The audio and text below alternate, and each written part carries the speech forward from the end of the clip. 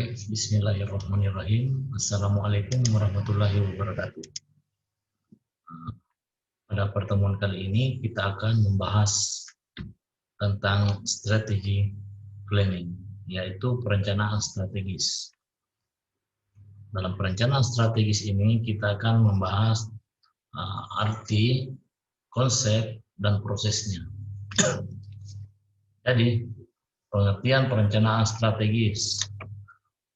Pengertiannya, perencanaan strategis adalah kegiatan manajemen organisasi yang digunakan untuk menetapkan prioritas, memfokuskan energi dan sumber daya, memperkuat kinerja operasional. Jadi perencanaan strategis juga memastikan bahwa karyawan dan pemangku kepentingan lainnya bekerja menuju tujuan bersama dan menetapkan kesepakatan tentang hasil yang diinginkan, serta menyesuaikan arah organisasi saat terjadi perubahan. Ini adalah suatu upaya kedisiplinan yang menghasilkan keputusan dan tindakan mendasar untuk membentuk organisasi tersebut, mengetahui tentang siapa yang dilayani organisasi tersebut, apa yang dilakukan organisasi itu, dan mengapa harus melakukan hal tersebut. Perencanaan strategis yang efektif tidak hanya mengartikulasikan kemana suatu organisasi berjalan dan tindakan yang diperlukan untuk membuat kemajuan, tetapi juga bagaimana ia akan tahu jika ini akan terus-menerus berhasil. Untuk konsep perencanaan strategis terkait dengan masa depan. Jadi kita harus memiliki sebuah ramalan atau forecasting. Suatu proses perencanaan pasti akan melibatkan berbagai tingkat kegagalan. Beberapa bagian dari organisasi memerlukan perencanaan selama bertahun-tahun ke depan. Namun untuk divisi lain membutuhkan perencanaan hanya untuk waktu yang singkat. Hal ini juga dapat didefinisikan sebagai proses penentuan tujuan organisasi dan sumber daya yang akan digunakan untuk menangani tujuan organisasi, mengatur akuisisi, pemanfaatan, dan disposisi sumber daya. Jadi contoh perencanaan strategis dalam organisasi adalah misalnya diversifikasi bisnis menjadi lini baru. Tingkat pertumbuhan perlu direncanakan dalam penjualan, jenis produk baru yang akan ditawarkan, dan sebagainya. Jadi perencanaan strategis mencakup semua bidang fungsional bisnis dan dipengaruhi dalam kerangka kerja jangka panjang yang mungkin berhubungan dengan faktor ekonomi, teknologi, sosial lingkungan, berbagai faktor lingkungan khususnya berkaitan dengan bagaimana suatu organisasi berhubungan dengan lingkungannya. Umumnya untuk sebagian besar organisasi, periode perencanaan strategis berkisar antara 3 hingga 5 tahun.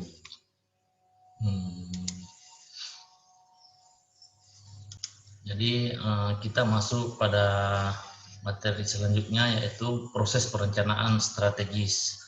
Jadi proses perencanaan ini mirip dengan Anda mencari analisis SWOT untuk bisnis atau perusahaan atau organisasi. Namun ada beberapa poin perbedaan dalam menetapkan perencanaan strategis. Saya gambarkan ada 5 langkah. Jadi langkah pertama, penentuan misi dan tujuan. Perencanaan strategis dimulai dengan penentuan misi untuk organisasi. Tujuan utama organisasi yang telah ditetapkan harus didefinisikan dengan jelas. Perencanaan strategis berkaitan dengan hubungan jangka panjang organisasi dan lingkungan eksternalnya. Jadi misi bisnis harus cermat dalam memperkirakan dampak sosial, organisasi, dan eksternal. Nah, langkah kedua yaitu analisis lingkungan. Untuk mengidentifikasi peluang dan ancaman, analisa lingkungan eksternal organisasi perlu dilakukan. Catat faktor penting yang mungkin mempengaruhi kegiatan organisasi ke depannya. Langkah ketiga ada penilaian diri sendiri atau introspeksi diri sendiri. Pada langkah ini, kekuatan dan kelemahan organisasi perlu dianalisa. Analisa semacam ini akan memungkinkan perusahaan untuk memanfaatkan kekuatannya dan untuk meminimalkan kelemahannya.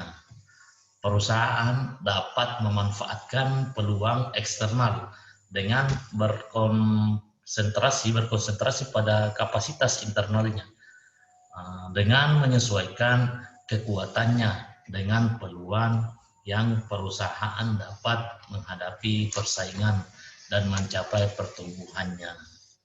Nah, terus langkah keempat yaitu pengumpulan keputusan strategis. Jadi keputusan strategis kemudian dibuat dan dievaluasi. Setelah itu keputusan strategis dibuat untuk mengimprovisasi kinerja operasional. Organisasi harus memilih pilihan yang paling sesuai dengan kemampuannya.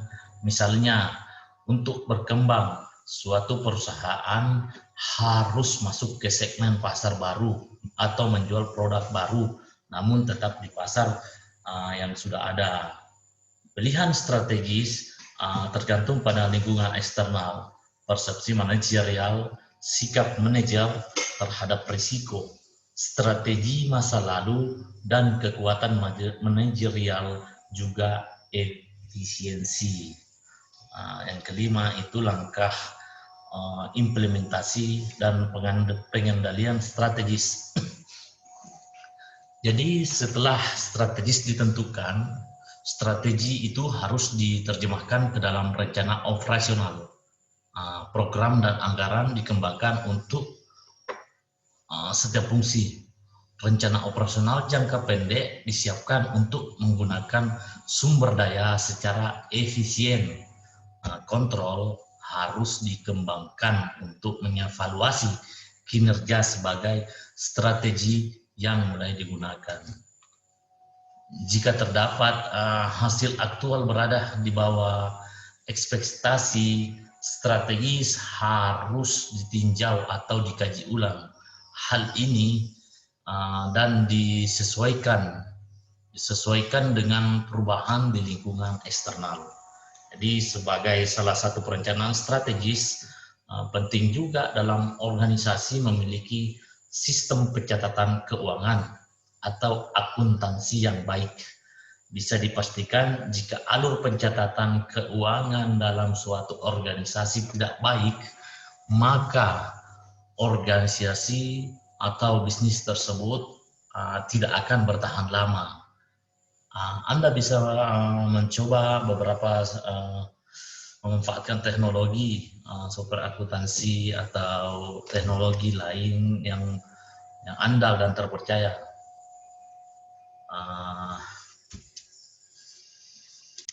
Jadi kita kembali ke konsep perencanaan strategis. Perencanaan memiliki konsep yang tak lepas di sisi strategis itu sendiri dengan konsep yang jelas. Prosesnya itu merupakan perumusan rencana strategis lebih mudah dipahami oleh organisasi atau perusahaan.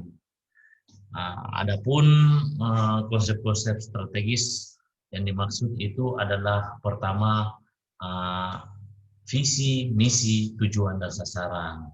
Jadi pengertian misi itu merupakan serangkaian tugas kewajiban seorang individu dalam kelompok, organisasi, atau perusahaan. Tugas yang dimaksud tidak lepas dari rencana strategis yang telah dibentuk. Misi dapat memastikan bahwa perusahaan memiliki tujuan yang jelas dalam bentuk parameter kinerja dengan tenggat waktu yang bisa dikontrol dan dievaluasi. Jadi misi itu membantu perusahaan untuk mencapai visi. Jadi kita masuk kepada visi. Setelah misi ada visi. Jadi pengertian dari visi adalah gambaran atau proyeksi masa depan dari hasil misi atau tugas yang dijalankan. Karena itulah misi dan visi dikatakan saling berkaitan satu sama lain. Visi dapat menciptakan komitmen yang kokoh antara karyawan untuk bergerak menuju arah yang lebih baik. Konsep visi pada rencana strategis menunjukkan kemana arah tujuan dan bagaimana cara menuju suatu perusahaan yang baik dan sukses. Terus ada sasaran. Sasaran itu adalah pengembangan dari visi dan misi. Jadi informasi dan konsep yang ada dalam visi, misi, dan sasaran tidak bisa hanya diidentifikasikan begitu saja, melainkan harus disampaikan kepada seluruh internal perusahaan sebagai sasaran. Jadi untuk tahapan perencanaan strategis, perusahaan perlu merancang rencana strategis yang baik jika ingin mencapai tujuan sesuai harapan. Dalam perencanaan strategis diperlukan beberapa tahapan yang akan diuraikan. Sebagai contoh, ada identifikasi posisi strategis. Jadi saat mengidentifikasi posisi strategis, ingatlah bahwa tujuan harus realistis dan terukur. Jadi gunakan visi, misi, nilai-nilai perusahaan, dan budaya kerja di perusahaan untuk mempermudah identifikasi posisi. Kemudian konsepnya kedua yaitu kumpulkan orang dan informasi. Setelah Anda menetapkan posisi strategis, kumpulkan orang-orang yang akan terlibat dalam proses perencanaan. Jadi pastikan bahwa data dan informasi yang akan digunakan itu akurat. Jadi akurat, sehingga dapat dijadikan sebagai landasan dalam membuat keputusan. Tidak lupa, periksa juga apakah ada masalah internal atau eksternal yang mungkin dapat mempengaruhi tujuan. Langkah selanjutnya bisa melakukan analisis SWOT.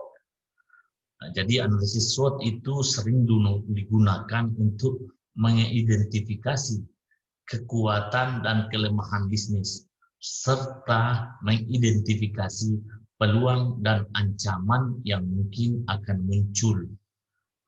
Setelah tim mengidentifikasi semua kekuatan, kelemahan, peluang, dan ancaman, tim yang terlibat dalam rencana strategis dapat bekerja sama untuk mengembangkan tujuan baru yang akan membantu bisnis menghadapi segala kemungkinan dengan cara yang lebih positif. Untuk merumuskan rencana strategis, yaitu setelah berhasil mengidentifikasi posisi strategis dan memiliki serangkaian tujuan yang sejalan dengan misi perusahaan, tahapan selanjutnya adalah merumuskan rencana strategis. Saat mengembangkan rencana, pertimbangkan aspek apa yang akan berdampak terbesar pada bisnis dan mana yang paling membantu meningkatkan posisi perusahaan. Jangan lupa untuk menggunakan pengukuran untuk memastikan dan mengontrol perkembangan dari implementasinya secara terencana dan terarah. Langkah selanjutnya, jalankan rencana strategis. Perusahaan yang telah merumuskan rencana strategis siap untuk menerapkannya. Langkah ini merupakan fase tindakan dari proses rencana strategis. Jadi mulailah dengan membuat semua orang yang terlibat membagikan tugas di antara individu atau divisi. Nah, luangkan waktu untuk memeriksa apakah individu atau divisi itu telah bekerja dengan baik dan benar. Jika ternyata tidak memenuhi tujuan, lakukan perubahan yang diperlukan atau dievaluasi berdasarkan hasil temuan. Nah, terus langkah selanjutnya itu adalah pantau performanya secara terus-menerus. Jadi proses perencanaan strategis tidak akan efektif jika semua orang dalam tim melakukan kekeliruan. Alasan ini yang mengharuskan perusahaan untuk terus memantau atau mengelola kinerja dan menyesuaikan komponen. Penting juga untuk meminta pertanggungjawaban dari individu yang terlibat atas tugas yang diberikan. Pemantauan kinerja dan performa juga bisa membantu pembentukan rencana di masa depan. Manfaat rencana strategis yaitu perumusan dan implementasi strategis dapat memakan waktu, tetapi bermanfaat besar bagi perusahaan. Perencanaan yang tersusun rapi, memiliki gagasan yang lebih baik tentang tujuan yang ingin dicapai dan untuk melakukannya, bagaimana cara untuk dapat melakukannya. Produktivitas karyawan pun dapat meningkat dengan perencanaan yang jelas dan terarah. Apakah ada manfaat lain dari perencanaan strategis?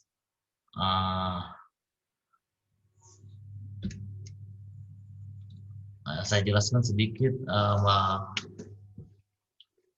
manfaat dari perencanaan strategis. Yang pertama yaitu manfaat dari perencanaan strategis yaitu meningkatkan keterlibatan karyawan. Jadi proses perumusan dan pengimplementasian rencana strategis harus melibatkan karyawan. Karyawan yang terlibat dalam operasi sehari-hari dan dapat memberikan pandangan unik tentang perusahaan. Karyawan akan berbagi apa yang mereka pikirkan terkait dengan bisnis dan pasti menginformasikan perencanaan untuk keberlanjutan perusahaan ini di masa yang akan datang. Jadi saat karyawan jauh lebih terlibat, maka tingkat kepuasan kinerja karyawan akan naik. Melibatkan karyawan dalam proses rencana strategis itu juga dapat meningkatkan produktivitas. Fungsi keduanya yaitu mengidentifikasi kekuatan dan kelemahan. Jadi sebagai bagian dari proses rencana strategis, perusahaan akan memeriksa dan menganalisis bisnis secara keseluruhan. Perusahaan akan melihat kondisi bisnis perusahaan dan area mana yang perlu ditingkatkan. Dengan mengidentifikasi kekuatan dan kelemahan, perusahaan bisa berkembang jauh lebih besar di masa depan dan menjadi bisnis tangguh bahkan ketika menghadapi berbagai ancaman atau risiko. Langkah selanjutnya itu menetapkan arah bisnis dan membina bisnis proaktif.